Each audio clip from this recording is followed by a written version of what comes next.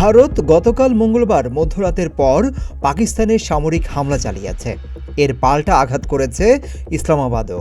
দুই চিরপ্রতিদ্বন্দ্বী দেশের সংঘাতের প্রভাব নিশ্চিতভাবেই পড়তে যাচ্ছে ক্রীড়াঙ্গনেও।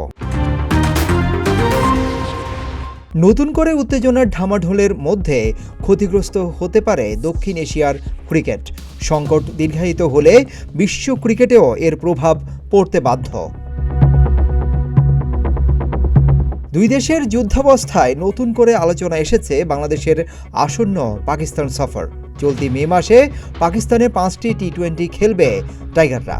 লাহোর ও ফয়সালাবাদে এইসব ম্যাচ অনুষ্ঠিত হওয়ার কথা, কিন্তু বর্তমান ভূ রাজনৈতিক উত্তেজনায় সেই সফর কতটা নিরাপদ তা নিয়ে প্রশ্ন উঠেছে।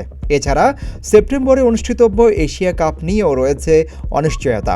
ভারতের কিংবদন্তি ক্রিকেটার সুনীল গাভাস্কার স্পষ্ট বলেছেন, বর্তমান পরিস্থিতি না বদলালে পাকিস্তান হয়তো এশিয়া কাপে অংশ নেবে না।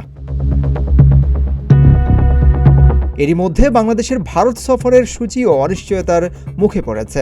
13 আগস্ট ঢাকায় আসার কথা রয়েছে ভারতীয় দলের, কিন্তু চলমান পরিস্থিতিতে সফরটি পিছিয়ে যাওয়ার সম্ভাবনাই বেশি। যদিও বিসিবি এখনও জানাচ্ছে সিরিজটি নির্ধারিত সময়ে হচ্ছে এবং ভারতীয় বোর্ডের সঙ্গে নতুন করে কোনো আলোচনা হয়নি।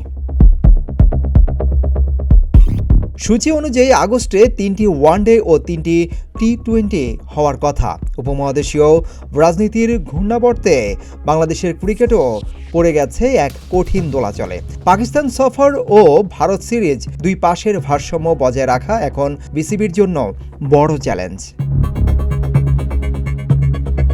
ডেস্ক রিপোর্ট, প্রতিদিনের বাংলাদেশ।